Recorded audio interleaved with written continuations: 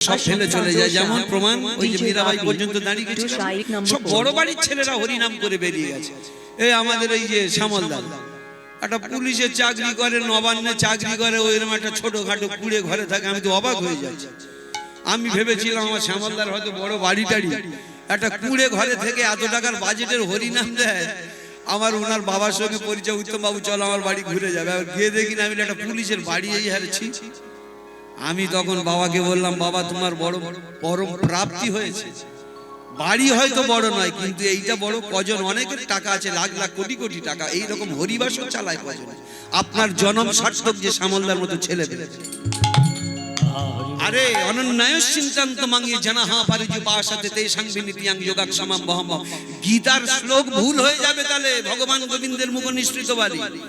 প্রাপ্তি আছে, ভাগ্যে ভার্যা পুণ্যে পুত্র তবে রাজা। তপস্যা করে তবে রাজা। কলিযুগের তপস্যা কি? হরিনাম সংকীর্তন। আগামী দিনের জায়গাটা পরিষ্কার। আজকে যাকে দেখছেন সচিন তেন্ডুলকারের ছেলে হয়ে জন্মেছে, ও এক আধ দিনের ফসল নয়। কত দান খয়রাত করে, গরিব দুঃখী কত ভজন সাধন করে তবে ওই জায়গায় ঢুকেছে। আজকে যাকে দেখছেন একটা 140 কোটির মাথা একটা চাওয়ালা প্রধানমন্ত্রী হয়েছে, ও এক আধ জন্মের ভজনের ফসল নয়। ও তো চলেই যাচ্ছিল, একদম রামকৃষ্ণ পরমা মিশনের দীক্ষিত হয়ে চলে যাচ্ছিল। মহারাজ বলেছিল তোমার জন্য নরেন ফিরে যাও, অনেক বড় জায়গা অপেক্ষা করছে। তোমার জগৎযোগী জীবের অনেক কিছু কাজ বাকি রয়েছে। সেইখান থেকে তো নরেন্দ্র মোদী ফিরে এসেছিল। তাহলে আজকের দেখেছেন সে কিরকম লোক। তবে এই জায়গাটা এক জন্মের সাধনা নয়, ভাগ্যে ভার্যা পুণ্যে পুত্র তবে রাজা। তপস্যা করে তবে রাজা হয়, এছাড়া অন্য কোনো রকম রাজা হওয়া যায় না। তো আজকের যে এই যে এত টাকা ব্যয় হচ্ছে, ভালো ভালো দল তো দেখলাম, শ্যামলদা যে চোখ বন্ধ করে টাকাটা দিচ্ছে, এর জন্য প্রাপ্তি নেই। অবশ্যই পরের জন্ম ওই সচিন তেন্ডুলকারের ছেলে যেটা আনন্দে বেড়াচ্ছে, এইরকম একটা জায়গা। কারণ কি জানেন? যাতে করে কোনো অভাব না থাকে। আর অভাব যদি থাকে মানুষ হরিনাম করতে পারে না। কারণ যে ছেলেটা সকাল 6টায় বেরিয়ে যাচ্ছে, রাত 10টায় কাজ থেকে আসছে 500 টাকা রোজগার করার জন্য, এসে এত ক্লান্ত হয়ে পড়ছে, খেয়ে দিয়ে ঘুমিয়ে পড়ছে, সকালবেলা বেরিয়ে যেতে হচ্ছে, সে হরিনামটা করবে কখন? তার জন্য বলছে ভাগ্যে ভার্যা পুণ্যে পুত্র তবে রাজা। তপস্যা করে তবে রাজা হয়। আর সেই রাজা হলে তখন তোমার অর্থের অভাব থাকবে না, তুমি প্রাণ ভরে হরিনাম করবে। এই কারণে ওই জমিদার বাড়ির ছেলে কটা সব বেরিয়েছে। আবার এত বড় জায়গা পেয়েছে, আরো হরিনাম করছে কেন? আগামী দিন আরো উচ্চ জায়গা পাওয়ার জন্য। এই মীরাবাই ওই কারণে তাকে নির্বাসন দেওয়া হলো।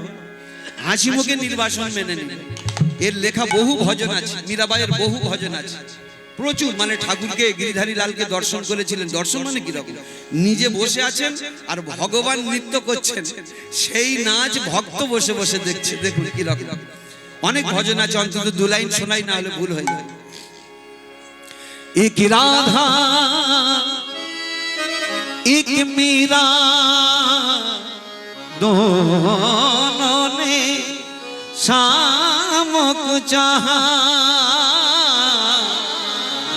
अंतर क्या दोनों की चाह में बोलो, अंतर क्या दोनों की चाह में बोलो। एक प्रेम दीवानी, एक दर्श दीवान, एक प्रेम दीवानी, एक दर्श दीवान। एक राधा एक मीरा, दोनों ने शाम को चाहा, यंतरों क्या दोनों की चाह में बोलो, यंतरों क्या दोनों की चाह में बोलो। एक प्रेम दीवानी, एक दर्श दीवानी, एक प्रेम दीवानी, एक दर्श दीवानी। एक राधा एक मीरा, दोनों ने शाम को चाहा, अंतर क्या दोनों की चाह में बोलो, अंतर क्या दोनों की चाह में बोलो। एक प्रेम दीवानी, एक दर्श दीवान, एक प्रेम दीवानी, एक दर्श दीवान। एक राधा एक मीरा, दोनों ने शाम को चाहा, अंतर क्या दोनों की चाह में बोलो, अंतर क्या दोनों की चाह में बोलो। एक प्रेम दीवानी, एक दर्श दीवानी, एक प्रेम दीवानी, एक दर्श दीवानी। राधा ने मधुबन में ढूंढी, मीरा ने मन में पाया। राधा पधा रे ममा रे मगा रे सरि सरे वदर रे गमा गमा पधा पमा धनि धनि रे गा आ आ आ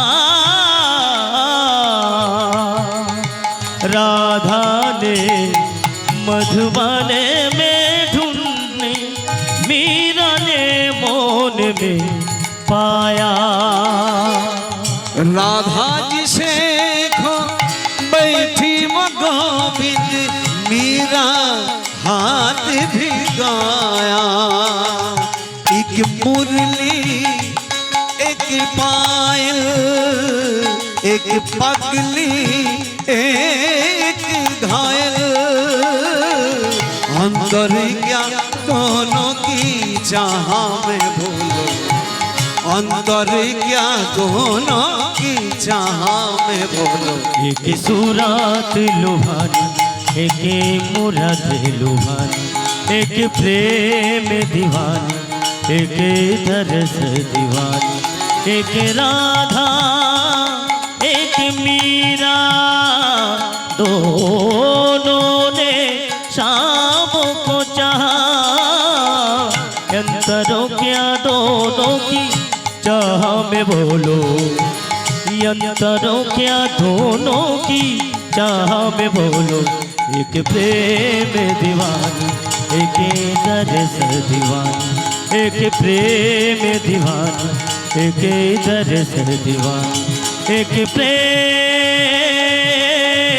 दीवानी, एक दरस दीवानी। এরকম প্রচুর প্রমাণ আছে। এই যে আমরা গৌর সুন্দরের কথা আলোচনা করছি, বলুন ঘরে এত সুন্দরী স্ত্রী, আমার কামনার দৃষ্টিতে যদি দেখি বিষ্ণু বিয়ার মতো ষোড়শী যৌবনা স্ত্রী, সে যাকে ছেড়ে চলে গেল। ৬৭ বছরের বৃদ্ধা জননী সচিমাতা যে বট গাছের মতো ছায়া দিতে পারে, হাজার হাজার ভক্ত যার পিছনে ঘুরে বেড়াচ্ছে, প্রভু তোমাকে কি দিতে হবে, তুমি যেও না। সমস্ত পরিত্যাগ করে নবদ্বীপ ছেড়ে চলে গেল, বাংলা ছেড়ে চলে গেল। তারপরে ওটা ছেড়ে দিল। তৎকালীন সময়ে একটা পণ্ডিতের মাইনে কত, যে সারা বিশ্ব সেরা পণ্ডিত, মহাপ্রভুর কাছে এমন কোন পণ্ডিত তর্ক যুদ্ধে জিততে পারেনি। সেই বিশ্ব সেরা পণ্ডিতটা তৎকালীন সময় যদি 10টা 20টা ছাত্র পড়াতো, পেটের ভাতের অভাব ছিল।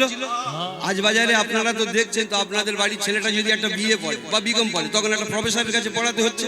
একটা প্রফেসর মাসে একদিন পড়ায়, দেখা যাচ্ছে 5,000 টাকা নিচ্ছে। তা তখনকার দিনের বিশ্ব সেরা পণ্ডিতরা যদি 10টা ছাত্র পড়াতো, পেটের ভাতের অভাব হতো। সমস্ত কিছু পরিত্যাগ করে চলে গেল কিসের জন্য? তবে যায়নি সহজে, থাকতে চেয়েছিল। এমন দুর্ভাগা বাঙালি আমরা না, ঘরের ছেলে বলে চিনতে পারি। আমাদের বড় সৌভাগ্য যে আমাদের কাছে ভগবান এসেছিল, অনন্ত বিশ্ব ব্রহ্মাণ্ডের ভগবান এসেছিল, যিনি কিনা ভারতের বুকে বারবার পদার্পণ করেন। সত্য যুগে শঙ্খ চক্র গদা পদ্ম হয়ে এসেছিলেন, ত্রেতা যুগে তিনি ধনুর্ধারী হয়ে এসেছিলেন, দাপর ধীরে যুগের তিনি চক্রধারী হয়ে এসেছিলেন, কলিতেই তিনি আজকে দুটো বাহু তুলে, কারণ ফুল সারেন্ডার করেছিলেন। দেখো, আর অন্য কোন যুগের মতো অস্ত্র নেই আমার হাতে, তোমাদের কাছে এসেছি কাঙালের বেশে। এসো, শুধু দেব আর নেব, তোমাদেরকে বুকে জড়িয়ে ধরবো, আর আমি অকৃপণ প্রেম প্রদান করব। কিন্তু যে ছেলেটা আমাদের কাছে আসলো তাকে তাড়িয়ে দিলাম। বিশেষ করে ওই যে পণ্ডিত সমাজ, গায়ে ফোসকা পড়ছিল, গায়ে ফোসকা পড়ছিল, আমি ন্যায়রত্ন, আমি তর্করত্ন, আমি বিদ্যারত্ন, আমার বয়স 60, আমার বয়স 70, আমার বয়স 65, অথচ আমাকে সম্মান দেয় না। ওই যে 15-16 বছরের ছেলেটা পণ্ডিত হয়েছে, ওকে সবাই মান্যতা করছে, ওর পিছনে পিছনে হাজার হাজার ভক্ত ঘুরছে, ওই ছেলেটাকে ভগবান বলতে শুরু করেছে। মেনে নেওয়া যাচ্ছে না, একে তাড়িয়ে দেওয়ার ব্যবস্থা করো, না হলে আমরা কোনোদিন পুজো পাবো না, সম্মান পাবো না। এই যে স্বগোত্রীয়, এই কটা পণ্ডিত মিলে বিশেষ করে ব্রাহ্মণ সম্প্রদায়কে তাড়িয়েছিল, আমার নিমাইকে তাড়িয়ে দিয়েছিল। সেদিনে কি করেছিল জানেন? সেদিনে তাকে অপদস্থ করবার জন্য যখন শ্রীবাস পণ্ডিতের ঘরে কজন মিলে হরিনাম করছিল, কজন মিলে যখন হরিনাম করছিল, এই হরিনাম করবার জন্য যখন ঘরে দরজা তালা দিয়ে গোপনে হরিনাম করছিল, বাইরে তখন চপল গোপালকে দিয়ে পাঠিয়েছিল, এই চপল এদিকে শোন, যেভাবে বৈষ্ণব সমাজ মাথা চাড়া দিয়ে উঠছে, তোর মা কালী কিন্তু ডুবে যাবে, তুই তো মায়ের ভক্ত। বলছে হ্যাঁ, তোর মা কালী ডুবে যাবে, সবাই দেখতে পাচ্ছিস না গৌরের পিছনে ছুটছে, তাহলে তোর মাকে উঁচু করে তুলতে চাস তো? তা কে বলবে আমি চাই না? কে বলবে চাই? হ্যাঁ চাই। তাহলে তোকে একটা কাজ করতে হবে। বলে কি কাজ? বলে যখন ওরা হরিবাস ঘরের মধ্যে বসে হরিনাম করবে, বাইরে থেকে একটা পাঁঠার মাথা আর এক বোতল মদ ঝুলিয়ে দিয়ে আসবি, ব্যাস কারবার সব ঠিকঠাক হয়ে যাবে। জগতের কাছে সবাই দেখবে কি? সবাই দেখবে যে গৌরের দল সবাই মদ মাংসের ফোয়ারা চালায়, এই লোকটা তোমরা পিছনে পিছনে ঘোরো। দেখে শুনে ভদ্রলোক চলেই গেল। আমার নিমাইটা চলে গেল, ব্যথা বেদনা সইতে বিশেষ করে আবার নিজের জাতির লোকেরা রয়েছে, একটুখানি কলকাতা নিয়ে হরিনাম করবে, সঙ্গে সঙ্গে আমার ঘুম হচ্ছে না, কাজী সাহেবের কাছে গিয়ে নালিশ করলো। এখনো দেখবে এই গ্রামে গ্রামে হরিনাম হয় না, যার বাড়ির দিকে মাইক পড়বে, এই মাইকটা ওই দিক সরাও না, তা তোর বাড়ির দিক থেকে সরালো, আর একটা বাড়ির দিকে যাবে, সেও বলবে ওই দিক সরাও। হরিনামের আওয়াজ কানে লাগে না, বিরক্ত হয়, ঘুম নষ্ট হয়। সারা জীবন ঘুমিয়ে তো আছিস, আর কবে জাগবি? একটা রাত জাগা যায় না, হ্যাঁ ঘুম নষ্ট হবে। তৎকালীন সময় ওই রকম ছিল, কাজী সাহেবের কাছে নালিশ করে দিল, আর সে তো মুসলমান, একবার সাহস পেয়েই রয়েছে। হিন্দু সমাজ যখন গিয়ে তার কাছে নালিশ করছে, সঙ্গে সঙ্গে খোল করতাল ভেঙে দিচ্ছে। তাহলে এই জ্বালা সহ্য না করতে পেরে আমার নিমাই চলে গেছে বাংলা ছেড়ে। আসলে কি জানেন? আসলে ওটা কিছু নয়, এই যে আমাদের গাব বেড়ের ছেলে যদি একটা ডাক্তার ভালো হয় না, এখন আগেকার দিনের বাবা মারা তার নাম রেখেছে মধুসূদন, বুঝতে পেরেছে? গাব বেড়ের ছেলে, গ্রাম বাংলা ছেলে এমবিবিএস ডাক্তার হয়েছে। এখন গ্রামের ছেলেরা একমাত্র শুধু বলে মদো মদো করে, কেউ মধুসূদন বলে না। মদো ডাক্তার, মদো ডাক্তার, মদো ডাক্তার। এই মদো ডাক্তার দেখলো এখানে থাকা তো বড় অসহ্য ব্যাপার হয়ে যাচ্ছে, না আমার নামটাম হয়েছে, আমি চলে যাই বালিগঞ্জে গিয়ে ফ্ল্যাট কিনে সেখানে চেম্বার খুলি। সেখানে গিয়ে বেচারির চেম্বার খুলেছে, শুধু মদো ডাক্তার শুনবে না বলে। এ পার্টি সেখানেও পর্যন্ত হানা দিচ্ছে, ভাবতে পারেন? এই তো ছেলে তো অনেকদিন ধরে অসুখে ভুগছে, অনেক ডাক্তার দেখাচ্ছিস তো ফেল হয়ে যাচ্ছে, এক কাজ কর না, বালিগঞ্জে আমাদের মদো ডাক্তার আছে, ওখানে যাই, গেলে দেখলে আমরা গ্রামের লোক তো, পয়সাও নেবে না, কোনো ফিটি নেবে না, উল্টে ওষুধপত্র দেবে, চল যাই। সেখানে গিয়েও পর্যন্ত ঝামেলা করছে। জানেন কি করছে? দারোয়ান আছে গেটের মুখে, এ ভাই এই ভেতরে মদো ডাক্তার আছে। আর মদো ডাক্তার সেই সময় পেশেন্ট দেখে আর প্রেসক্রিপশন করছিল, বুঝলেন? যেই কানে আওয়াজটা গিয়েছে অমনি কলম থেকে বলে, এখানে আবার কে মদো বলে? এ মনে হয় গাব বেড়ের পার্টি ঢুকেছে। হ্যাঁ, দারোয়ান সেই সময় গিয়েছে, এই যে বাবু একটা নাম লিখুন, একটা নতুন পেশেন্ট এসছে।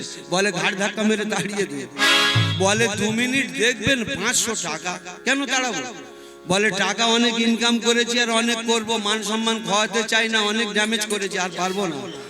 বলে এই ডাকটা শুনবো না বলে গাব বেড়ে ছেলে বালিগঞ্জে এখানেও মদো। আমার নিমাই শুধু চলে যাওয়ার কারণ হচ্ছে ওইটা, জানেন ভক্তমন্ডলী মায়েরা, দুঃখের কথা কি বলবো। এই কারণে আমার জন্মস্থান হচ্ছে উত্তর রাধানগর ডায়মন্ড লাভার লাইনে, আর আমার বর্তমান ঠিকানা হচ্ছে দুর্গাপুরে থাকি আমি। দুর্গাপুরটা কলকাতা 144-এর মধ্যে পড়েছে। দুর্গাপুরে থাকি, একদম স্টেশনের কাছাকাছি, হাই স্কুলের পাশে। এই দুটো জায়গায় আমি গান করি না, অথচ খোসামত করে আমাকে গান করার জন্য। আমি জীবনে এই দুটো জায়গায় করি না, আমার জন্মস্থান আর বর্তমানে যে গানটা রয়েছে। কেন করি না জানেন? অভিমান আছে। তারা বলে, হ্যাঁ উত্তম সারা জীবন কি ইউটিউবে শুনবো, আমাদের এখানে একবার কন না বাবা, কন না বাবা, তোর কি পয়সা করি লাগবে বল? আমি পয়সা আমার দরকার নেই, আমি গান করবো না। কেন জানেন? এই যে একটা সময় নেমেছি, আপনারা এসেছেন, উত্তম বাবুর গানটা একটু শুনে আসি। আর আমার গ্রামে হলে কি হতো, হ্যাঁ একটা সময় কে নামবে রে? বলে আমাদের অমুকের বেটা, এই যে আমাদের অমুকের বেটা, এই তবে থাকে পরের গানটা শুনবো আপনার। এই যে হেড করা, নেগলেক্ট করা, এই কারণে দুটো জায়গায় গান করি না। এই দুঃখে অভিমানে আমার নিমাই চলে গেছিল। বলে এখনো চলে যাচ্ছি, কিন্তু যখন আমায় চিনতে পারবি তখন অনেকে দেরি হয়ে যাবে। দেরি হয়নি? এই যে দিকে দিকে এত হরিনাম হচ্ছে, কারণটা কি? একটা মাত্র নিমাইকে ফেরত পাওয়ার জন্য। আপনারা বলুন, আপনাদের ঘরের ছেলেমেয়েরা সারা বছর ধরে পড়ছে, একদিন মাত্র পরীক্ষা হয়, লাস্ট ফাইনাল পরীক্ষা হয়। একটা সাবজেক্ট সারা বছর ধরে পড়ছে, কিন্তু একদিন পরীক্ষা হবে। তোমার মূল্যায়ন কতটা পড়েছো, কতটা না পড়েছো, সেই মতো মাস্টার দেখে নাম্বার। তাহলে একটা সাবজেক্টে একদিন পরীক্ষা দেওয়ার জন্য সারা বছর ধরে পড়তে হয়। ঠিক তদ্রুপ সারা বছর ধরে যেমন পড়তে হয়, এই একটা নিমাইকে ফেরত পাওয়ার জন্য সারা ওয়েস্ট বেঙ্গল ব্যাপী এই যে কার্তিক অঘ্রাণ মাস থেকে হরিনাম শুরু হয়ে গেছে, কারণ ওই একটা নিমাইকে ফেরত। নিমাই আমাদের পূর্বপুরুষগণ যে ভুলটা করেছিল আমরা আর করব না। তারা তোমাকে চিনতে পারেনি, তাড়িয়ে দিয়েছিল। আমরা যদি একবার তোমাকে কাছে পাই, তোমার বুকে জড়িয়ে রাখবো নিমাই। তুমি যে কি পরশ পাথর ছিলে আমরা এখন চিনতে পেরেছি, তার জন্য কষ্ট করে হরিনাম দিচ্ছি।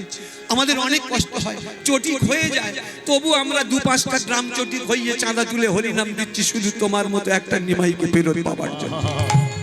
তবে সে যাবার সময় বলে গিয়েছিল যে আমি গীতাতে অনেক আগে বলে রেখেছি, ইয়াদা ইয়াদা হি ধর্মস্য গ্লানির্ভবতি ভারত অদ্ভুতানাম অধর্মস্য তদাত্মানম সৃজাম্যহম পরিত্রাণায় সাধূনাম বিনাশায়শ্চ দুষ্কৃতম ধর্ম সংস্থাপনার্থিয়ায় সম্ভবামি যুগে। তবে ভগবান নিজে স্বীকার করেছে না, যখন যখন দেখবো ধর্মের বুকে গ্লানি দেখা দেবে, সেই সময় আমি নিজেকে আবার আবির্ভূত করাবো। তার কারণ যখন দেখবো ভক্তের উপরে, বৈষ্ণব উপরে, সাধুর উপরে, সন্তের উপরে, সৎ মানুষের উপরে অত্যাচার হবে, কারা করবে? অভক্ত, অবৈষ্ণব, অসাধু, বিশেষ করে বিধর্মীরা যখন অত্যাচার করবে, সেই সাধু ভক্ত বৈষ্ণবদেরকে রক্ষা করবার জন্য আমি আবারও আসবো। তবে এই যুগে আর ওই 2 হাত তোলা হরিবলা পাখি নয়, এবারে কি ব্রাহ্মণ ঘরে জন্মাবো, কিন্তু ক্ষত্রিয়ের মতো আচরণ করব। ক্ষত্রিয়ের কর্ম কি, ব্রাহ্মণের কর্ম কি? ব্রাহ্মণের কর্ম পূজা পার্বণ করা, ক্ষত্রিয়ের ধর্ম যুদ্ধ যাত্রা করা, বৈশ্যের ধর্ম ব্যবসা করা, আর শূদ্রের ধর্ম এই 3 জাতিকে সেবা করা। আমি ব্রাহ্মণ ঘরে জন্মাবো, পুজো পাঠ আমার জন্য হবে না, তবে যুদ্ধ যাত্রাটা খুব ভালো করে হবে।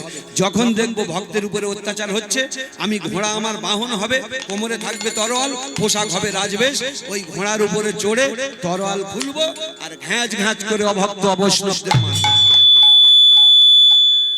তবে তোমরা কি করবে? হরিনাম ধরে থাকো। কেন? আমি এই হরিনাম করে কত শান্তি পেয়ে যাচ্ছি দেখো তোমরা। আমি হরিনামের জন্য সব ছাড়লাম, তো আমি হরিনামের জন্য সব ছাড়লাম। আজকে তিনি হরিনামের জন্য দেশ সংসার ছেড়েছিলেন বলে তবে তো আজও গৌর গৌর করছি, তাই না? ছেড়েছিলেন বলে তবে তো গৌর গৌর করছি। তাহলে যদি না ছাড়তো, তাহলে কে তার গৌর গৌর করতো? যদি সংসারী হয়ে যেত, আমাদের মতো হয়ে যেত। হ্যাঁ, তাহলে আজকে সেই জিনিসটা দিয়ে গেল, বললো তোমরা হরিনাম করো সবাই। হরিনাম যে কি আনন্দ দিতে পারে সেটা তোমরা করলে বুঝতে পারবে। তবে আপনারা যারা যারা যদি একটুখানি অনুভব করেন, দেখবেন হরিনামে কি আনন্দ বুঝতে পারবেন। যদি বলেন কেন, আচ্ছা বলুন, আপনার ঘরের ছেলেরা, আমার ঘরের ছেলেরা 400-500 টাকা রোজগার করবার জন্য সকাল 6টায় বেরিয়ে যাচ্ছে কলকাতা, আসছে কত? রাত 10টা-11টা। তাহলে সংসারের লোকের সঙ্গে যারা প্রকৃত আত্মীয় স্বজন, তাদের সঙ্গে বিচ্ছেদ হয়ে গেল কত ঘন্টা? 16 ঘন্টা। আমাদের সঙ্গে দিচ্ছে কত? 8 ঘন্টা। কারণ 500 টাকা রোজগার করবার জন্য। তাহলে আপনি দেখেছেন একবার ভারত সেবাশ্রম ডায়মন্ড হারবারে যান, বালিগঞ্জে যান, শুধু সাধুদের গায়ের রংগুলো দেখে চলে আসে, অথচ খাটে খোটে কিচ্ছু খাটে না, অথচ আমাদের থেকে সব থেকে উৎকৃষ্ট খাবারগুলো খায়। আপনি এক পক গ্রামের দুধ থেকে যদি দুধ কেনেন, তার মধ্যে দেখবেন হাফ জল হাফ দুধ, তাহলে আপনি হাফটা জল পাচ্ছেন। আর ওরা কি করছে? জার্সি গরু পুষে রেখেছে, সেই জার্সি গরুর ছানা, দুধ, দই, ঘি, ঘোল, মাখন ইচ্ছা মতো খাচ্ছে। 2 কিলোমিটার যদি কোথাও যায়, স্করপিও গাড়ি চড়ে যাচ্ছে। তাহলে এমনি রং রকম হচ্ছে কি? হাই ফাই খাবার খাচ্ছে, তো এমনি রং রকম হয়নি। সাদা দুধে আলতা রং এমনি হয়নি। আর আমরা কি করছি? সারাদিন কলকাতা গেলাম, হাড় ভাঙা পরিশ্রম করলাম, রাত্রে বিকেলবেলা ফেরবার সময় ঢাকুরিয়া স্টেশনে কি করছি? ঢাকুরিয়া স্টেশনে বড্ড ছোঁয়া খিদে লেগেছে, 50 মুড়ি আর একটা পোড়া তেলের আলুর চপ। রং ফিরবে? হ্যাঁ, রং ফিরবে? তাহলে ওরা কি করে? কোটি কোটি লাখ লাখ টাকা আশ্রমে আসছে। কেন আসছে? হরিনাম ধরে রেখেছে। যারা কোটিপতি, যারা কালো টাকা সাদা করতে চাইছে, লাখ লাখ টাকা পাঠিয়ে দিচ্ছে, বলে তোমরা হরিনামটা ধরো, খাওয়া দাওয়ার অভাব নেই, শোয়ার অভাব নেই, থাকবার জায়গা ভ্রমণের অভাব নেই, গাড়ি বাড়ি সব করে দিচ্ছি, শুধু হরিনামটা ধরে থাকো। তাহলে দেখেছেন হরিনামে কি মজা? এই আমাদের কথা বলুন, একটাই নেমেছি, একদম পাকা 4টে ছেড়ে দেবো। 3 ঘন্টা গান করবো, কত নিচ্ছি একবার শুধু কম করে নিচ্ছি। আমার শ্যামলদার কাছে জিজ্ঞেস করে দেখবেন। তাহলে হরিনামকে কি কারণে এত সুখ? এই যে শুধু একটুখানি ঠাকুর দেবতার সঙ্গে জড়িয়ে আছি, সাধুগুরু বৈষ্ণবের চরণ ধরে চলছি, একটু রামায়ণ মহাভারত গীতা ভাগবতের সঙ্গে জড়িয়ে আছি। 3 ঘন্টা অত পয়সা যদি হয়, কেন আমি খাটতে যাব? কি গো? এই কারণে হরিনামের সুখ ওই জায়গাটা।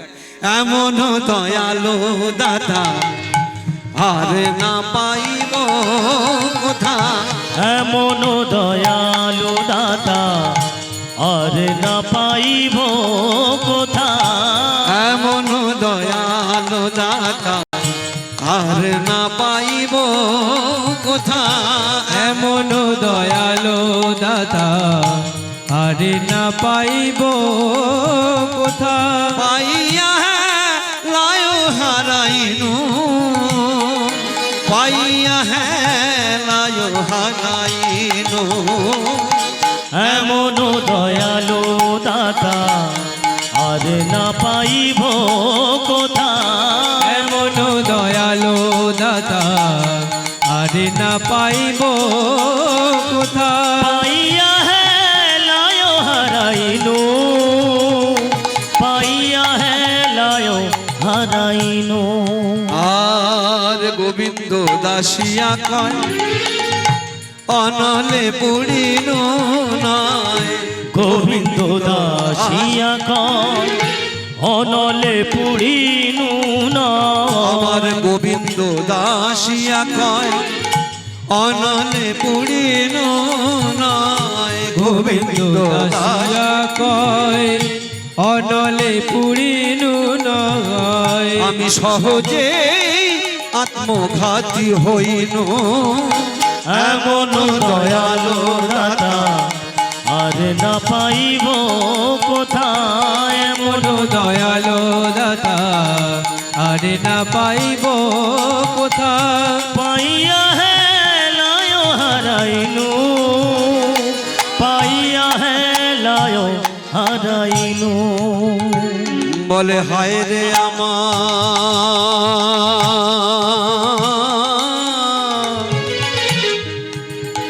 আমার কপাল মন্দ, হায় রে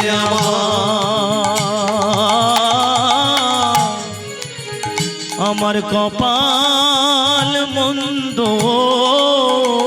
বলে হায় রে আমার কপাল মন্দ, হায় রে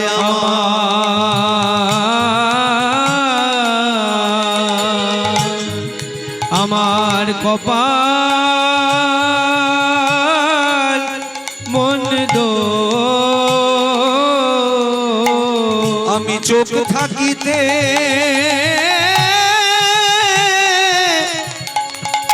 হলাম অন্ধ, হায় রে আমার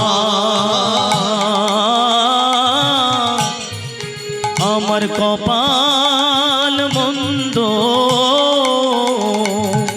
চোখ থাকিতে আমি হলাম অন্ধ,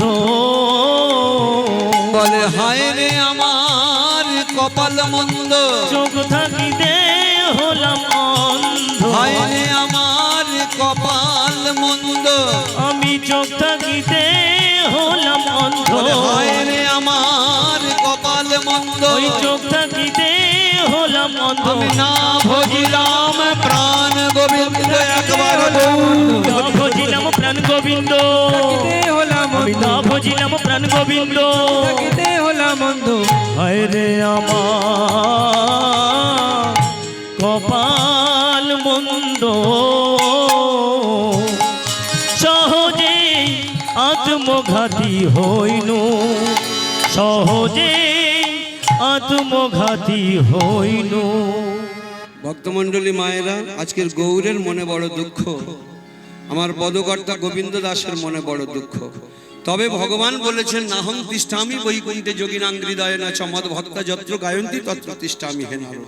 আমি বৈকুণ্ঠে থাকি না, আমি যোগীদের হৃদয়ে থাকি না, মদ ভক্ত আমার ভক্তরা যেখানে আমার নাম গুণগান করে আমি সেখানেই থাকি, কারণ আমি আমার নাম ভক্ত মুখে শুনতে বড় ভালোবাসি। ভগবান বলছেন আমি আমার নাম ভক্ত মুখে শুনতে বড় ভালোবাসি। তাই হয়তো ভগবান কোন বেশি কোন রূপে আছে আমার বলা যায় না, তিনি আছেন অবশ্যই, কারণ তিনি এক বহু হতে পারেন। আপনারা তো বলবেন, হয়তো বলবেন উত্তম বাবু আমাদের এখানে শুধু হরিনাম হচ্ছে না তো বিভিন্ন জায়গায় হচ্ছে। আসলে কি জানেন, ভগবান একা বহু হতে পারেন। আপনারা প্রমাণ পেয়েছিলেন কোন সময়? রাসলীলা।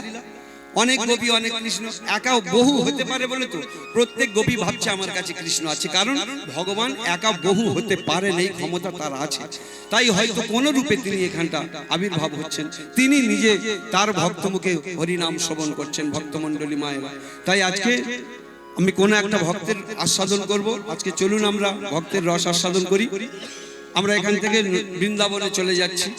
তা বৃন্দাবনে যখন যাচ্ছি আমরা মনগুলোকে নিয়ে চলুন সেখানে চলে যাই। বৃন্দাবনে গিয়ে দেখছি এক জমিদার দম্পতি, নাম শ্রীধর রায় ঠাকুর আর মাধবী দাস। ধনৈশ্বর্য মণিমাণিক্য ভরপূর্ণ, কোনো অসুবিধা নেই। কিন্তু দেখবেন মানুষ কোনোদিন 100% সুখী হতে পারে না। যেদিন মানুষ 100% সুখী হবে সেদিন তাকে সাধারণ মানুষ বলা যাবে না, তাকে মহাত্মা বলতে হবে। 100% সুখী নয়, কোনো একটা জায়গায় তার দুঃখ আছে। এই দুই স্বামী স্ত্রী প্রাণ ভরে ভগবানকে সেবা করে, কিন্তু এক জায়গায় কি জানে তাদের দুঃখটা কোথায়? সেই কারণে দুই স্বামী স্ত্রী ঠাকুর ঘরে বসে, ঠাকুর যা দিয়েছে সব নিয়ে নাও, প্রয়োজনে সব নিয়ে নাও, কিন্তু মাঝে মাঝে একটা ভয় করে জানো ঠাকুর। কি ভয়? ভয়টা তোমার জন্যই ভয় করে। কি ভয় জানো? ভয়টা হচ্ছে যেদিন আমরা দুই স্বামী স্ত্রী পৃথিবী ছেড়ে চলে যাব, অর্থাৎ মারা যাব, সেদিন আমাদের বংশধর বলে আর কিছু থাকবে না। তোমার এই চরণ যুগল সেবা করবে কে? তাদের এই ভয়। তোমার চরণ যুগলটা সেবা করবে। আমরা কি ভাবি? আমার একটা সন্তান হলো না, আমাদের বংশ রক্ষা করবে কে? এইটাই ভাবি। আবার যখন সন্তানটা হয় তাকে কি করতে হবে? তাকে যদি যখন হয়নি তখন বললাম ঠাকুর একটা বংশধর দাও, যখন বংশধরটা হলো তখন তাকে ডাক্তার করতে হবে, ব্যারিস্টার করতে হবে, উকিল পাইলট করতে হবে, ইঞ্জিনিয়ার। তার জন্য কারোর সঙ্গে মিশিস না, ওসব ফালতু ছেলে, কারোর সঙ্গে মিশিস না। এই যে কথাবার্তাগুলো অন্যরকম, মানে একা সেরে করে দেওয়ার পরিকল্পনা, আর কি এক ঘরে করে করবার পরিকল্পনা। কিন্তু এই মা ঠাকুরগো একটা সন্তান দাও, সেই সন্তান যেন তোমার চরণ সেবা করতে পারে, আমরা তাকে যোগ্য উত্তরাধিকারী তৈরি করব। আমরা কৃষ্ণ সেবক ছাড়াও অন্য কিছু করব না গো। তবে ঠাকুর যদি কৃপা করে একটা সন্তান দাও, সেই সন্তানটা যেন তোমার রাঙাচরণ সেবা তো করবেই, আর যেন সে দেশের কাজে লাগে, দশের কাজে লাগে, 5টা গরিব দুঃখীর সেবার কাজে লাগে। দেখেছেন যারা প্রকৃত ধনী তাদের চাওয়াগুলো কিরকম, আর হঠাৎ করে হওয়া ধনীদের কিরকম ছোট মন, সে তো আপনারা জানেন। হঠাৎ করে ধনী হয়েছে, হয়তো টাকা পেয়ে হোক বা হঠাৎ করে একটা চাকরি পেয়ে, তখন তারা অহংকারে পা ফেটে পড়ে, কারুর বাড়ির ধারে ঢুকতে দেয় না, ভিখারি আসলে আগে থাকতে দরজা দিয়ে দেয়, এইরকম একটা ব্যাপার আর কি। কিন্তু যারা প্রকৃত ধনী তাদের চাওয়াটা কি দেখো, বলছে ঠাকুর আমার যদি সন্তান দাও, সেই সন্তানটা যেন আমার এমন হয় কিরকম, তোমার চরণ সেবা করবে, আর যেন দেশের কাজে লাগে, দশের কাজে লাগে, 5টা গরিব দুঃখীর সেবার কাজে লাগে। কারণ যারা 5টা গরিব দুঃখীর সেবার কাজে লাগে তারা মরে গিয়ে অমর হয়ে থাকে, মরে গিয়েও অমর হয়ে থাকে। সেই মানুষই আসল মানুষ, যার জীবন পরের তরে, রাজার মুকুট ছেড়ে হাসি মুখে, সে তো কাঁটার মুকুট পরে। সেই মানুষই আসল মানুষ, যার জীবন পরের তরে, রাজার মুকুট ছেড়ে হাসি মুখে, সে তো কাঁটার মুকুট পরে। সেই মানুষই আসল মানুষ, যার জীবন পরের তরে, রাজার মুকুট ছেড়ে হাসি মুখে, সে তো কাঁটার মুকুট পরে। সেই মানুষই আসল মানুষ, যার জীবন পরের তরে, রাজার মুকুট ছেড়ে হাসি মুখে, সে তো কাঁটার মুকুট পরে। 3টি মন্ত্র নিয়ে যাদের জীবন, সত্যম শিবম সুন্দরম, দুঃখের পৃথিবীটা তাদের কাছে এক আনন্দ আশ্রম, এক আনন্দ আশ্রম, এক আনন্দ আশ্রম। 3টি মন্ত্র নিয়ে যাদের জীবন, সত্যম শিবম সুন্দরম, দুঃখের পৃথিবীটা তাদের কাছে একই আনন্দ আশ্রম, এক আনন্দ আশ্রম।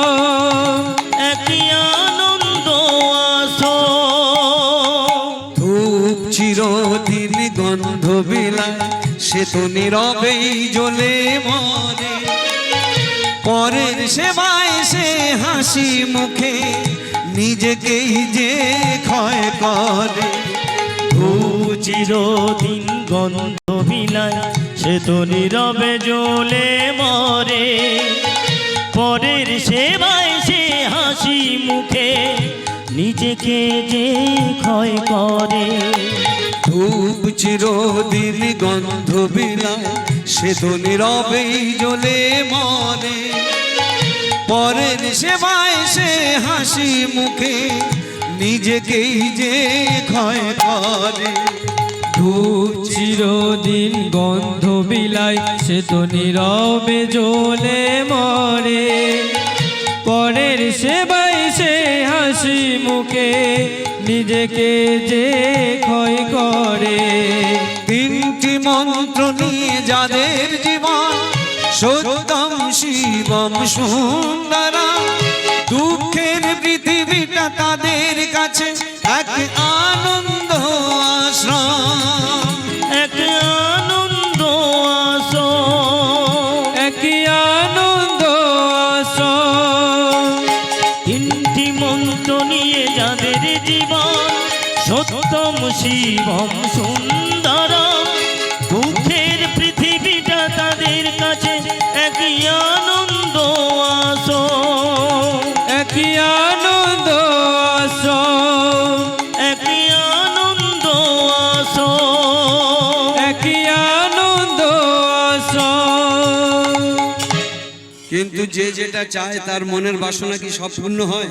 মানুষের তো আকাশচুম্বী কল্পনা আশা, কিন্তু সব আশা পূরণ হয় না। তবে ভক্তমণ্ডলী মায়েরা, যেমন এই আশা কোনোদিন কারোর পূর্ণ হয় না, তবে মায়ের আশাটা কি যে আমার একটা সন্তান দাও, তাই না? শুধু একটা সন্তান যে কৃষ্ণ সেবা করবে। তবে আবার দেখবেন আশা করলে আবার পূরণ হয় না, এটাও ঠিক। তবে যখন ভগবান কিছু পূরণ করে তার তো একটা পরীক্ষা নিরীক্ষা করবে। মম নাম ইহ গৃহ্ণাতি করতি তদ্ধনুক্ষম করতি বন্ধু বিচ্ছেদম করতি প্রাণ সংশয়ম তথাপি ইহ গৃহ্ণাতি দিয়তে পরম পদ। ভগবান বললেন তুমি যদি আমার নাম গ্রহণ করবে, প্রথমে তোমার ধন ক্ষয় করবো, তারপরে বন্ধু বিচ্ছেদ করবো, এমনকি প্রাণ পর্যন্ত ক্ষয় মানে টানবো। যদি দেখি যে এত কিছু সহ্য করে তুমি আমার চরণ ছাড়া হচ্ছ না, তখন তখন তখন তোমার মতো ভক্তকে আমি কি দেবো জানো? সেই সাধনাতীত ভজনাতীত অব্যয় অব্যক্ত চরণ, যাহা পাবার জন্য ক্ষীরদের কুলে মুনি ঋষি যোগী দেবতা সারা জীবন গলিত পত্র ভক্ষণ করে তপস্যা করেও আমার সামান্য চরণ ধুলো পায় না। সেই চরণটা আমি স্বয়ং সেই ভক্তের জন্য দিয়ে থাকি। তাহলে ভক্তমণ্ডলী মায়েরা, তবে দেখবেন যে ছাত্র বেশি ভালো ক্লাসে পড়াশোনা করে না, ভালো মাস্টাররা তাকেই শাসন করে। একটুখানি খেলতে দেখলে এদিকে খেলছিস কেন? সঙ্গে সঙ্গে ছেলেটা এসে বলে মাস্টারমশাই আমি অপরাধ করেছি। বলছে অপরাধ তো করেছিস। কি করেছি মাস্টারমশাই বলুন, সংশোধন করে নেব। এই খেলছিস কেন? মাস্টারমশাই সারাটা দিন পড়েছি আর মাথায় নিতে পারছি না, একটুখানি খেলা করে মাথাটা ঠিক করে নিয়ে আবার আমি পড়বো মাস্টারমশাই। যখন এমন নরম করে বলেছে, মাস্টারমশাই বুকে জড়িয়ে ধরে। ভালো ছেলের কেনা জড়িয়ে ধরে, কেনা আবদার করে। দেখবেন গ্রামের মানুষ যদি কোনো একটা ভালো বাচ্চা ছেলে দেখে না, সবার কথা শুনে চলছে, ছেলেটা কারোর উপর আজে বাজে কথা বলে না, সম্মান দিয়ে চলে, দেখবেন সে ছেলেকে সবাই ভালোবাসবে, বুকে করে নেবে, বয়স্ক মানুষরা নেবেই, প্রশংসা করবে। যেই বুকে জড়িয়ে ধরেছে মাস্টারমশাই অমনি। তাই যদি ছেলেটা এইরকম কথা বলতো, ও মাস্টার আমি আমার বাপের খেয়ে খেলা করছি, তুমি বলবা কে হে? তাহলে সেই মাস্টার কি বলতো? পরের ছেলে পরমানন্দ, যতই মরবি তত আনন্দ। বুকে জড়িয়ে ধরেছে খোকা, খেলার সময় তো সারা জীবন পড়ে থাকবে, আড্ডা মারবার সময় সারা জীবন পড়ে থাকবে, কিন্তু পড়াশোনা শিক্ষা জ্ঞান এটা একটা নির্দিষ্ট বয়সের মধ্যে গুছিয়ে নিতে হয়, না হলে জীবনের পরাজয় হয়ে যায়। তুই এখন তো 4 বছর 5 বছর বয়স, একটুখানি ভালো করে পড়াশোনা কর না, 20-22 বছর পর্যন্ত একটা চাকরি পাবি, একটা ইঞ্জিনিয়ার হবি, একটা উকিল পাইলট ডাক্তার হবি, তখন তোর সামনে কত খেলবার সময় আড্ডা মারবার সময় পড়ে থাকবে খোকারে। আমি তোকে কেন শাসন করি জানিস? অন্য কাউকে করি না কেন? যদি তোর প্রতিভাটা হারিয়ে যায় বাজে বাজে ছেলেদের সঙ্গে মিশে। আমি তোর যে শাসন করি আমার বিন্দুমাত্র স্বার্থ নেই, কেন জানিস? একটা স্বার্থ আছে। কি স্বার্থ? যখন তুই ড্যাং ড্যাং করে সবার সামনে দিয়ে অফিসে যাবি, আমি প্রত্যেকটা মানুষকে বলবো, এই যে গোপালের বাপ, ওই দেখতে পাচ্ছ ছেলেটা অফিসে যাচ্ছে, ও নিতাইয়ের বাপ, ওই দেখতে পাচ্ছ ছেলেটা অফিসে যাচ্ছে। আমি প্রাইমারি স্কুলের মাস্টার হতে পারি, আমার ছাত্র কিন্তু ইঞ্জিনিয়ার। সেদিনে তোর কাছে 20টা টাকা চাইবো না, সেদিনে তোর কাছে আমি 2 কিলো চাল চাইবো না, কারণ একটা সমুদ্র পূরণ করা সম্ভব হলেও একটা অভাবীর অভাব কোনোদিন পূরণ করা যায় না রে খোকা। গুণবান এক পুত্র সেই তো আনন্দিত, কোটি মূর্খ পুত্র কার্য না হয় কিঞ্চিত। এক চন্দ্র জগতের অন্ধকার হরে, আর লক্ষ লক্ষ তারা সেথা কি করিতে পারে। ভক্তমণ্ডলী মায়েরা, আপনারা দেখবেন আকাশে কোটি কোটি তারা, কিন্তু একটা চাঁদের উদয় হলে যেমন কোটি কোটি তারার আলো সব ম্লান হয়ে যায়, ঠিক একটা মাত্র যদি ভালো ছেলে, গুণের ছেলে হয়, 12টা ছেলে দরকার নেই, নামে ফুটবল খেলার টিম একটাও ভাত দেয় না, ওই রকম টিম কেউ চায় না, হ্যাঁ? কিন্তু একটা গুণবান ছেলে যদি হয়, তার জন্য তার বাবা মা, তার বংশ, তার জাতি, তার দেশের মুখ উজ্জ্বল হয়ে যাবে। যেমন কয়েকটা হাতে গোনা ছেলের জন্য তো ভারত জগৎ সভায় শ্রেষ্ঠ আসন নিয়েছে। ওই যে বোম্বে রোডটা ধরে যান না, কোলাঘাট বীচ শেষ, হাওড়া জেলা শেষ, এবার মেদিনীপুর শুরু হয়ে গেল। মেদিনীপুরে ওই ছেলেটা 18 বছরের ছেলে ক্ষুদিরাম জন্মগ্রহণ করেছিলেন। এই ক্ষুদিরাম 33 কোটি 12 লক্ষ মানুষকে যখন ইংরেজরা শাসন করছে, পদদলিত করে রেখেছে, সেই সময় কয়েকটা ছেলের বুকে ব্যথা লেগেছিল, আমার দেশে আমার মানুষদের, আমার বাবা কাকা জ্যাঠাদের তারা পদদলিত করবে, আমার মা বোনদের তারা চাকরের মতো খাটাবে, তারা অসম্মান করবে। এই জন্য তখন তারা স্বাধীনতা আন্দোলনে ঝাঁপিয়ে পড়ে ওই ক্ষুদিরাম বসু তাদের মধ্যে একজন পড়েছিল। কিংসফোর্ডকে বোমা মেরে উড়িয়ে দিতে গিয়ে ফাঁসির সাজা হয়ে গেল, ধরা পড়লো, ফাঁসির সাজা হয়ে গেল। সেদিনে ফাঁসির দড়ির সামনে দাঁড়িয়ে দাঁড়িয়ে বলছিল, ফাঁসির দড়ি আমায় ভয় দেখাচ্ছিস? আমি ভারত মাতার সন্তান, ভারত মাতার সন্তান। কোনোদিন এরা ভয় পেতে শেখেনি, এরা হাসতে হাসতে মরতে জানে, কিন্তু ভীরু কাপুরুষের পায়ের তলায় কোনোদিন মাথা নত করে দিতে জানে না। শোন, আজকে আমি মারা যাচ্ছি, কিন্তু আমার পিছনে আমার ভারত মাতার সব যুবক ভাইরা আমার বেঁচে রয়েছে, হাজার হাজার সন্তান বেঁচে রয়েছে, একদিন তোদের কুকুরের মতো তাড়া করবো বলে সেদিন ফাঁসির দড়ি গলায় নিয়েছিল।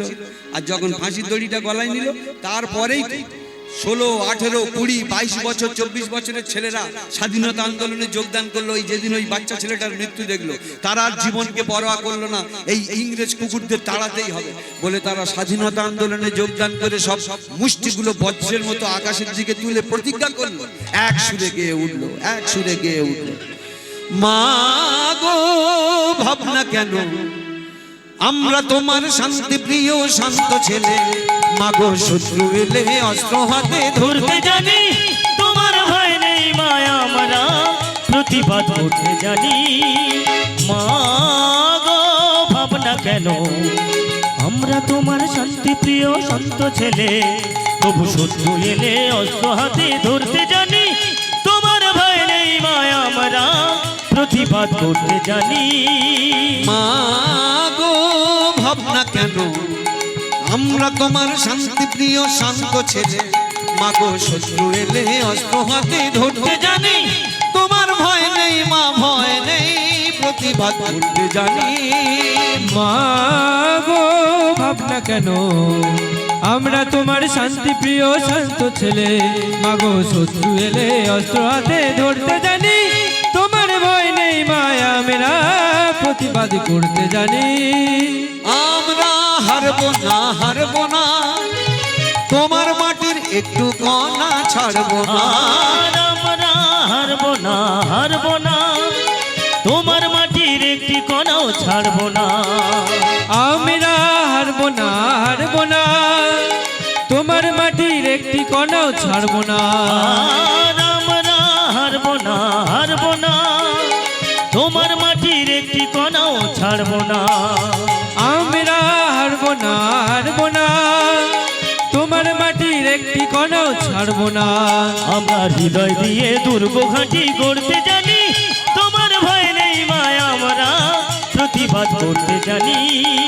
মা গো ভাবনা কেন, আমরা তোমার শান্তি প্রিয় শান্ত ছেলে, শত্রু এলে অস্ত্র হাতে ধরতে জানি। তোমার ভয় নেই মা, ভয় নেই, প্রতিবাদ করতে জানি। মা গো ভাবনা কেন, আমরা তোমার শান্তি প্রিয় শান্ত ছেলে, তবু শত্রু এলে অস্ত্র হাতে ধরতে জানি। তোমার ভয় নেই মায়া, আমরা প্রতিবাদ করতে জানি। মা গো ভাবনা কেন, আমরা তোমার শান্তি প্রিয় শান্ত ছেলে, তবু শত্রু এলে অস্ত্র হাতে ধরতে জানি।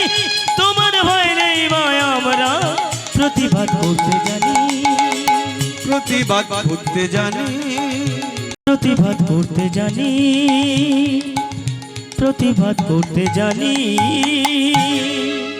তাহলে এই রকম গুণবান কয়েকটা ছেলের জন্য ভারত জগৎ সভার শ্রেষ্ঠ আসন নিয়েছে। তাই বলছে খোকা একটুখানি দিনগত পড়াশোনা করে নে, এই কারণেই তোকে এত ভালো লাগে রে, তোকেই শাসন করি জানিস খোকা। তাহলে ভক্তমণ্ডলী মায়েরা, যে ছেলে যত ভালো পড়াশোনা করে, ভালো মাস্টার তাকে শাসন করে, ভগবান কাকে শাসন করে? যে ছেলে যত ভালো পড়াশোনা করে, ভালো মাস্টার তাকে শাসন করে, ভগবান কাকে শাসন করে? যে তাকে বেশি ডাকে। আরে এটা তো ভগবানের কারবার, দেখেন ভালো পড়াশোনা করে তাকেই বেশি শাসন করে। তার কারণ কি? ছেলেটা যাতে কারুর কোনো ভুল ছেলে জায়গার সঙ্গে মেশে না, তাহলে তার প্রতিভাটা নষ্ট হয়ে যায়। আর ভগবান কাকে শাসন করে? যে ভক্ত তাকে বেশি ভালোবাসে। এ তো চোখের জল ভালোবাসে। কেন ভালোবাসে? উত্তম বাবু, আমরা যদি ডাকি তাহলে ভগবান বেশি করে কাঁদায় কেন? কাঁদানোর কারণ কি?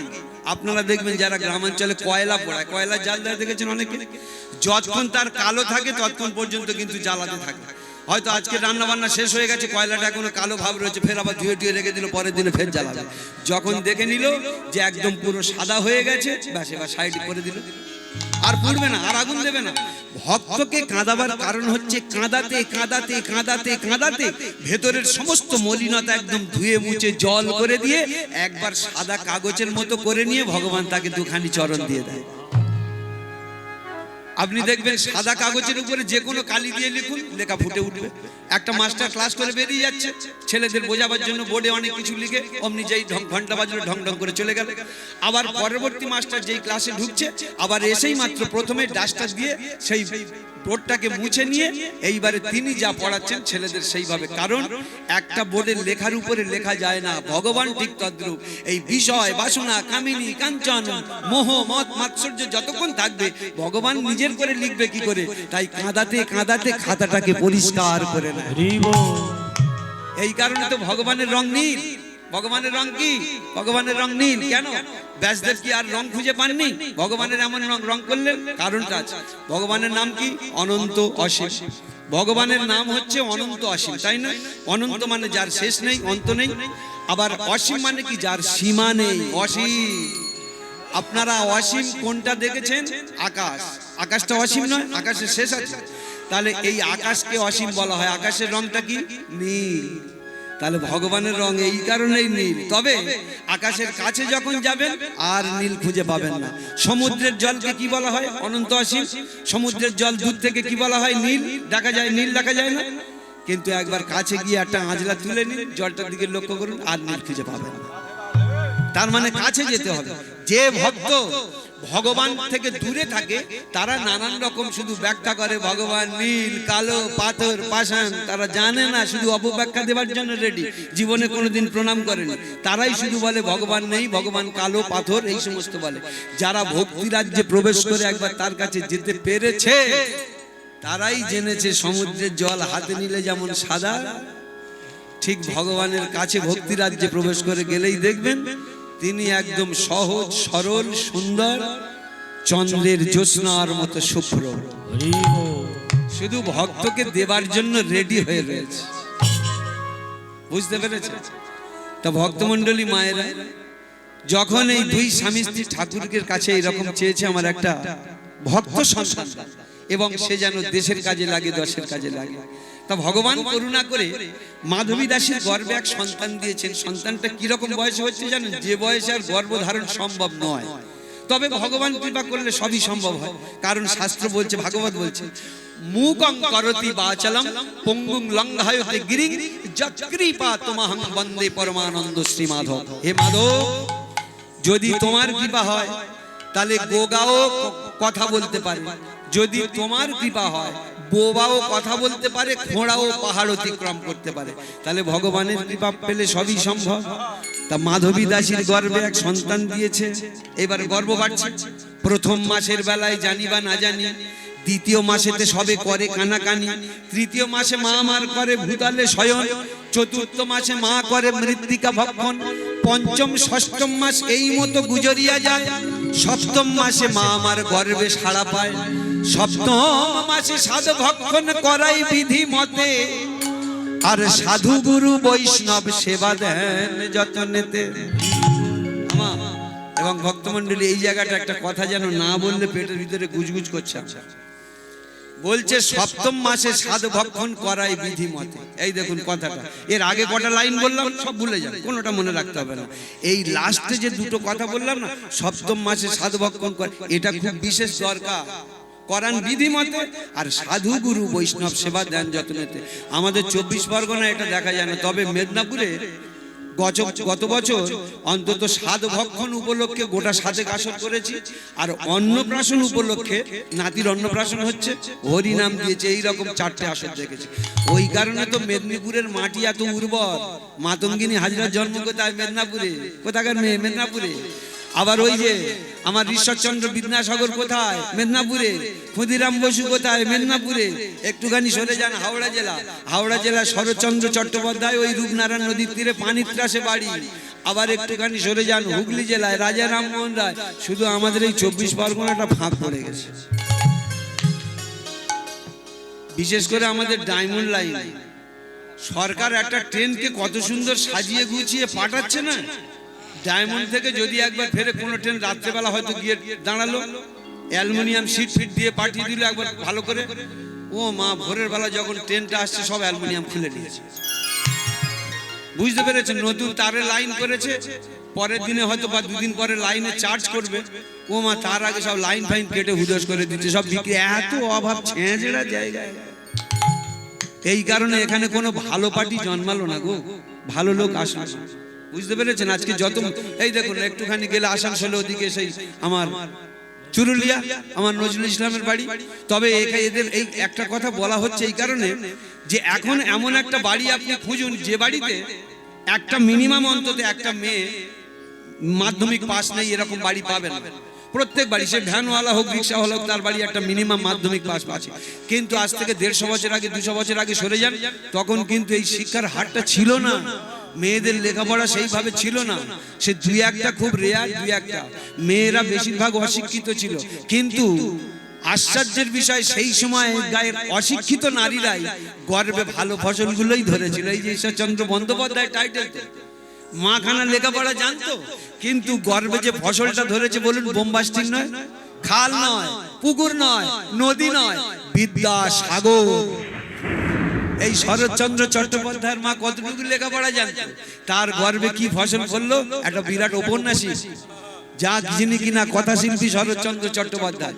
আবার দেখুন ওই আসানসোল চুরুলিয়া, ওখানে গেলে বিদ্রোহী কবি কাজী নজরুল ইসলামের জন্মস্থান, মা কত লেখাপড়া জানতো, কিন্তু সেই ছেলেটা বিদ্রোহী কবি কাজী নজরুল ইসলাম কত সাংঘাতিক সাংঘাতিক কবিতা লিখেছিলেন। বলবীর বল চির উন্নত মম শির শির নেহারি আমি সে গৌরী মাতৃ, মহাবিদ্রোহীর অনক্লান্ত আমি সেই দিন হব শান্ত, যবে উৎপীড়িতের ক্রন্দন রোল আকাশে বাতাসে ধনিবে না, অত্যাচারীর খড়গ কৃপান ভীমরান ভূমে রনিবে না, আমি মহাবিদ্রোহী ভৃগু, আমি ভগবান বুকে এঁকে দেই পদচিহ্ন, আমি খেয়ালি বিধির বক্ষ করিব ভিন্ন। বলবীর বলো চির উন্নত মম শির শির নেহারি আমি সে গৌরী মাতৃ। আরো কত কবিতা, নারীর বিরহে নারীর মিলনে নর পেল কবি প্রাণ, যত কথা তার হইল কবিতা শব্দ হইল গান, তাজমহলের পাষাণ দেখেছো দেখনি তাহার প্রাণ, অন্তরে তার মমতাজ নারী বাহিরেতে শাহজাহান। ভেবেছো নর নারী শুধু মেটায় কামের ক্ষুধা, না না, তুমি দিলে একটু প্রেমের অর্ঘ্য, সে নারীও তোমায় দিত সুধা। বিশ্বে যা কিছু মহান সৃষ্টি চির কল্যাণকর, অর্ধেক তার করিয়াছে নারী অর্ধেক তার নর, নরকুণ্ড বলিয়া কে তোমা করে নারী হেও জ্ঞান, তারে বলে দাও আদি পাপ নারী নহে সে যে পুরুষ শয়তান। আগেকার মায়েরা শিক্ষিত ছিল না, কিন্তু এত ভালো ভালো ফসলগুলো গর্বে ধরেছে। কারণ কি জানেন? একটা কারণ, লেখাপড়া না জানেন তাদের বয়স্ক মানুষকে সম্মান দিত, কাকা জ্যাঠা ঠাকুরদা ঠাকুমাকে সম্মান দিত, সাধুগুরু বৈষ্ণব দেখলে ঠিককিরি করতো না। এখন তো বৈষ্ণব একটা পাড়ায় ঢুকলে হয়, সব কত রকম কি রকম ভাবে টিপুনি মারা যায়, সব রেডি হয়ে গেছে। ও ঠাকুর মশাই, তোমার চৈতনটা দক্ষিণ দিকে উড়ে গেছে। শালা কি অপদার্থ, বুঝতে পারছেন? হ্যাঁ, কি অপদার্থ সাধু বৈষ্ণবদের নিয়ে এরকম ক্রিটিসাইজ করা। বলুন দেন এরা আগামী দিনে কি ভালো ফসলের জন্ম দেবে, আপনারা বলুন। তাহলে বেচারি কষ্ট পায় তো, সে বৈষ্ণব কষ্ট পায় তো, যে আজকালকার ইয়ং ছেলে কিছু বলতে পারছি না, কোথায় আবার উল্টো পাল্টা কথা বলে দেয়, শুনেই চলে যায়, মনে কষ্ট পায়। তাহলে যার কষ্ট একবার অভিশাপ হয়ে লাগবে না। আগেকার মায়েরা, বাবা জ্যাঠামশাই কোথায় যাচ্ছে? মা বাজারে যাচ্ছে, একটু আমার বাড়িতে চরণ দিলি দিয়ে